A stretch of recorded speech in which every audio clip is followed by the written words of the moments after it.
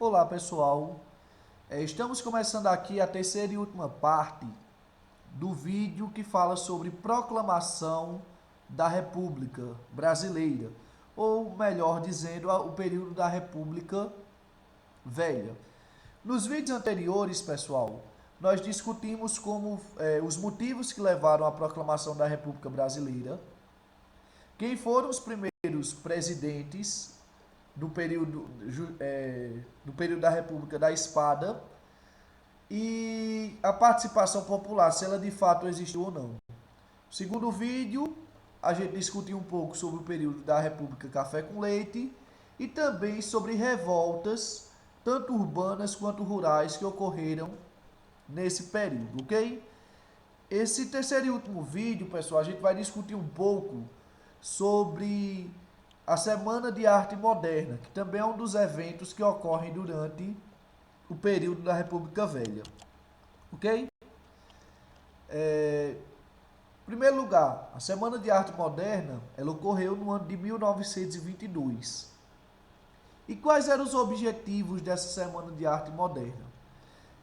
Os objetivos dessa semana, pessoal, era tentar construir uma identidade nacional brasileira.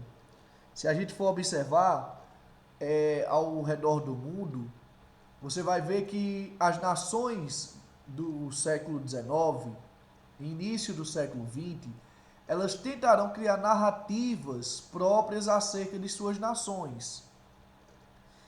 A gente vai ver, por exemplo, a França fazer isso muito bem, a partir de ideais ligados à Revolução Francesa. A gente vai ver a Alemanha, a Itália. O próprio Brasil, pessoal, no ano de 1850, vai tentar criar também uma narrativa acerca disso. Só que qual era o problema? O problema da narrativa que vai existir em 1850, criado a partir do IHGB, que é o Instituto Histórico e Geográfico do Brasil, é que essas narrativas geralmente falavam mais das nossas heranças europeias do que propriamente sobre nossas heranças indígenas, ou seja, nossa natividade.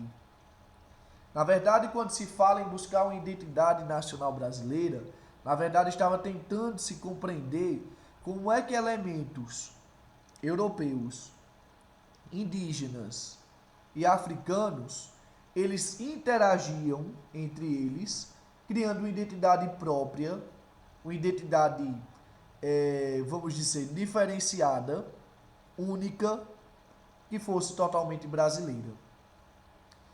Vai negar-se, por exemplo, os conhecimentos europeus? Claro que não.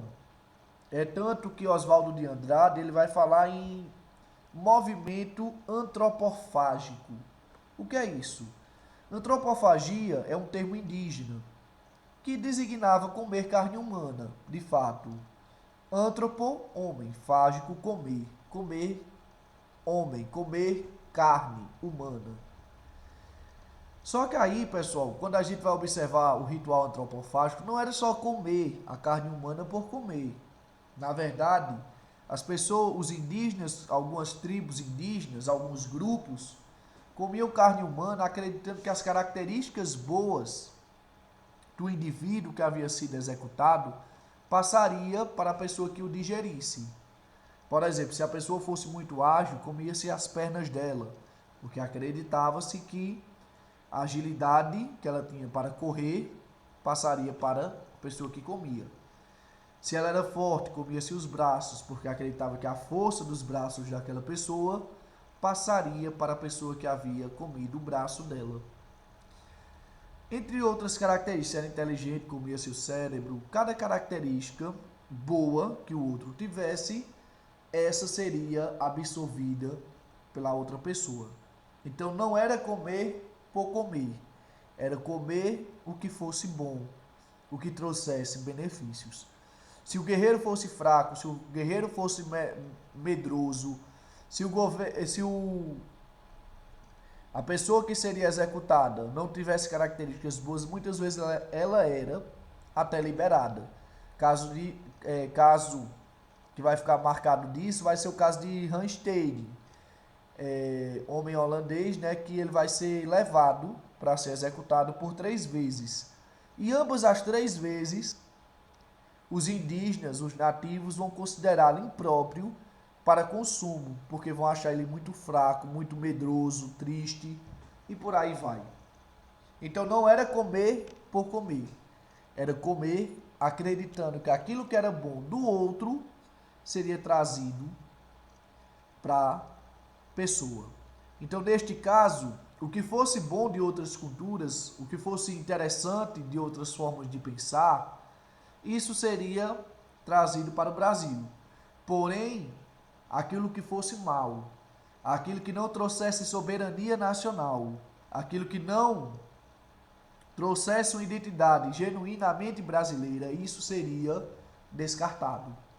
Então seria um misto. Não é que você iria negar os conhecimentos, a arte de fora, mas traria conceitos da arte de fora de uma maneira que essa arte não negasse a identidade estritamente brasileira.